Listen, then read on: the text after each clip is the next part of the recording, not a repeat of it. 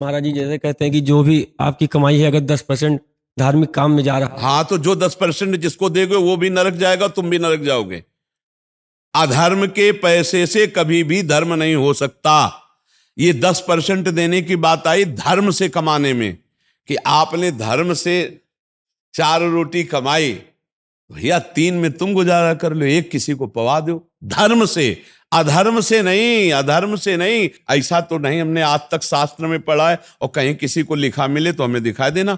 बचपन से बहुत से शास्त्रों का स्वाध्याय हुआ, बड़े संत महापुरुषों का संग हुआ, आज तक हमने ऐसा कभी नहीं पढ़ा कि पापाचरण से किए हुए कर्म या धर्म जो धनादि लिया जाए, दूसरे की हिंसा करके, छल कपट करके, बेविचार करके, मांस मदिरा आदि के सब नाना प्रकार के कुकर्माचरण करके तुम कुछ दान पुण्य कर दोगे या धर्म में लगा दोगे तो तुम पवित्र हो जाओगे, ऐसा नहीं। एक उपाय है, अपिचेत सुदुराचारो भजते माम अनन्य भाग साधुरेव समंतव्या सम्यक व्यवसिता। ऐसा आज सत्संग सुना और आज मुझे पश्चाताप हुआ कि मैं बहुत गलत हूं।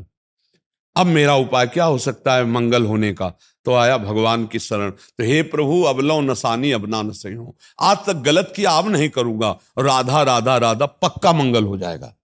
ऐसा नहीं कि तुम रोज पापाचरण करो और 10% संतों को देते जाओ और धर्म में देते जाओ, तो उन संत भी खोपड़ी फोड़ेंगे आपस में। पक्का पक्का संत भी खोपड़ी फोड़ेंगे आपस में, संत भी कलह अशांति में फंस जाएंगे, और वो तो नरक जाएगा ही और नरकगामी बना देगा दूसरे को भी। जैसा धन होता है वैसे ही मन बनता है। ये क्या हुआ? ये ऐसे नीच पुरुषों के द्वारा दिया हुआ धन और उनके द्वारा किया हुआ भंडारा, तो अन्न खा के देखो आगे नीचता। अधर्म के द्वारा कमाया हुआ धन कभी भी धर्म नहीं हो सकता। धर्म से कमाए हुए धन का 10 दान करे, वो बात हम मानते हैं कि गौशाला में दे दिया, संतों को पवा दिया, अपनी मेहनत की कमाई से। हराम की कमाई, बेईमानी की कमाई जहां दोगे वहां बुद्धि भ्रष्ट कर देगा, वहां बुद्धि भ्रष्ट कर देगा। पक्की बात समझ लेना। कभी भी विष अमृत नहीं हो सकता, विष विष ही रहता है। तो ये जो विषवत आचरण करके कमाया गया धन है, ये विष के समान है। हमारे पास जब कोई अधिकारी जन आते तो उनसे यही प्रार्थना करते हैं कि आपसे बस हमारी यही प्रार्थना है कि आप अधर्म का धन मत लेना। महाराज जी श्री जी की कृपा से हम भी सरकारी सेवा में हैं जी हमें भी मान लीजिए ना चाहते हुए भी करना पड़ता है, जी। तो उसके लिए नहीं प्रभु, अगर आप सरकारी आदमी हैं तो सरकार आपको पेमेंट देती होगी जी, तो फिर आप पेमेंट से अधिक लेने। हम अपने लिए ना भी चाहें जी फिर भी मान लीजिए। हाँ, ऐसा हमारे सामने भी पेश हुए हैं, अधिकारी जन भी पेश हुए कि हम ना चाहें तो हमें ऊपर देना पड़ता है, उसके लिए हमें व्यवस्था करनी पड़ती है, उसके लिए ऐसा करना पड़ता है। तो फिर धर्म में चलने के लिए तो कड़वा बनी जाओगे, फिर सबके लिए धर्म से चलने के लिए फिर कड़वा तो बनी जाओगे। अधर्माचरण में 100 बह रहे तो तुमको भी बहना है क्या? अगर नहीं बहना है तो फिर आप सबके लिए कड़वा भले हो जाओ, लेकिन हरि के लिए आप प्यारे हो जाओ। हरि आपको बहुत प्यार करेंगे, हरि आपको बहुत, और जिसको भगवान दुलार करते हैं उसका बाल बांका कौन कर सकता है? ये संसार नहीं, ये अधर्म का पैसा बिल्कुल ठीक नहीं है।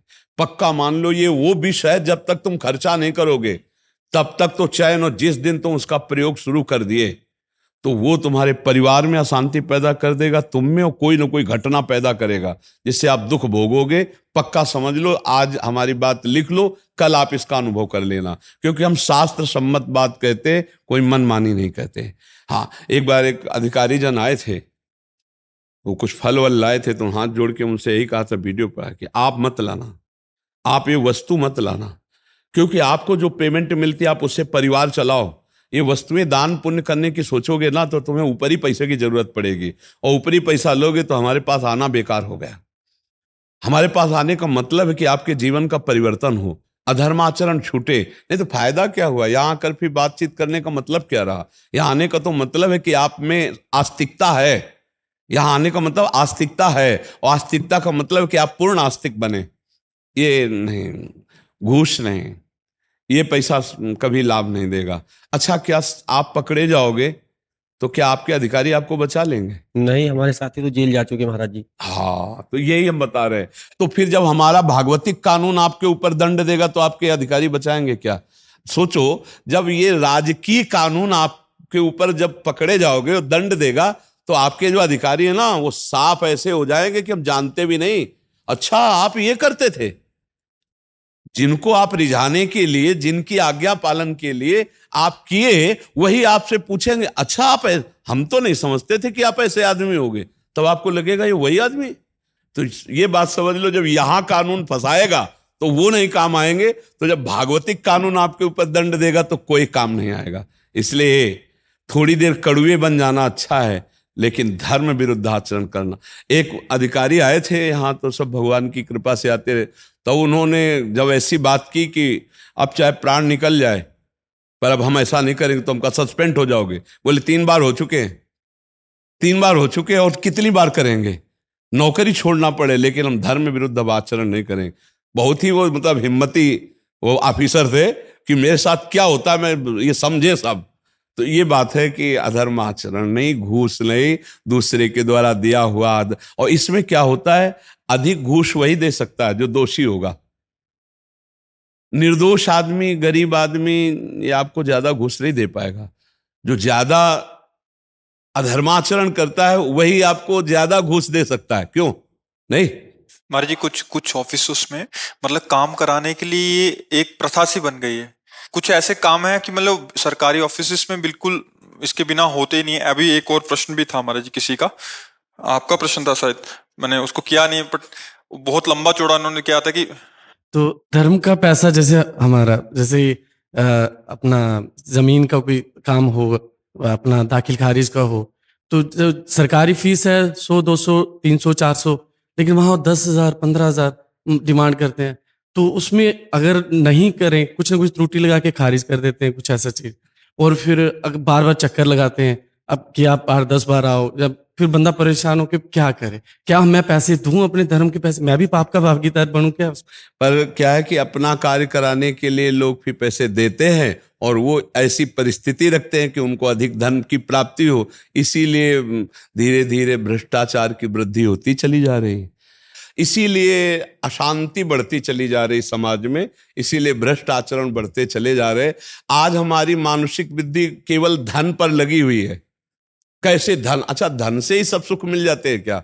धन से कार खरीद ली, सब व्यवस्था कर ली, और जब कार में एक्सीडेंट हुआ और मर गए तुम, तो किस काम में आया तुम्हारा धन? और तुम्हारा वो कार किस काम में आई? और किस काम में नाना प्रकार का बैंक बैलेंस और भोग विलासिता आई? आदमी ये नहीं सोचता है। खड़ी खड़ी महंगी कार में आग लग गई, अंदर ही जल के भस्म हो गए हो। ये नहीं सोचता है कि दूसरे के प्रति जो हमारा दुखद बर्ताव है। मान लो एक आदमी है, वो 500 में जब काम चल जाता है और आप उसके 15,000 ले रहे हैं, 20,000 ले रहे हैं, तो फिर अधर्म पूर्वक हुआ ना। अब वो जोड़ जोड़ कर आप खरीदोगे कार या कोई व्यवस्था करोगे, वो व्यवस्था ही आपको खा जाएगी, वो व्यवस्था ही आपको कष्ट दे देगी। महाराज जी खत्म हो सकता है क्या? ये खत्म हो सकता है जब सबके अंदर अध्यात्म जागृत हो तभी हो सकता है, अन्यथा नहीं हो सकता। अध्यात्म जब तक नहीं जागृत होगा, भगवान का भय नहीं होगा, धर्म का भय नहीं होगा, तब तक ये खत्म होने वाला नहीं। जब किसी को ये डर हो कि भगवान है कोई, धर्म का भय, और ये भय हो कि ये दुर्गति कर देगा हमारा धन, पक्का समझो कोई कितनी भी घूस ले ले, घर परिवार में यदि कलह और अशांति न पैदा हो जाए तो बताना, देख लेना। अधर्म का धन कभी सुख नहीं प्रदान कर सकता। ये दिमाग में नहीं बैठता। जिस समय हाथ में रुपया आता है तो ये लगता है बड़ा सुखद है, हम जो चाहे खरीद सकते हैं, जो चाहे कर सकते हैं, लेकिन वही तुम्हारे दुख का कारण बनेगी, वही तुम्हारे नाश का कारण बनेगी संपत्ति जो अधर्म के द्वारा ली। इसे डरो। धर्म का 100 रुपया तुम्हारे लिए बहुत सुखद रहेगा, अधर्म का 1 करोड़ तुम्हारे लिए बड़ी हानि पैदा कर देगा। वो 1 करोड़ बड़ा दुख देगा, समय पर देख लेना। अब ये बात चूंकि वर्तमान में मिल रहा है, इसलिए कोई भविष्य के लिए देखता ले, उसको लगता है इसी से भविष्य अच्छा बनेगा, क्योंकि हम बढ़िया मकान बना लेंगे, बढ़िया गाड़ी खरीद लेंगे, बढ़िया सुख सामग्री। लेकिन इस कर्म का जब फल आएगा तो सब सुख सामग्री नष्ट भ्रष्ट हो जाएगी। अब आ गया हृदय में सूचना आ गई कि आपके कैंसर हो गया, अब क्या? गाड़ी सुख देगी कि घर सुख देगा कि रुपया? बोले 4थी स्टेज पर है, अब मरने के लिए तैयार हो जाओ। भजन किया नहीं, धर्म किया नहीं, तो हृदय में ऐसे हर क्षण मरता है वो, हर क्षण मरता है वो, बात समझ लो। और चैन से सुखपूर्वक नमक रोटी खा रहे हो, राष्ट्र की सेवा कर रहे हो, धर्म से चल रहे हो, स्वस्थ शरीर, स्वस्थ बुद्धि, घर आए बड़ा प्यार भरा जीवन है, इससे बढ़िया शांति क्या है? कलह, अशांति, दुख, रोग, शोक, चिंता, भय, ये अधर्म आचरण करने वालों को भोगना ही पड़ता है। जी।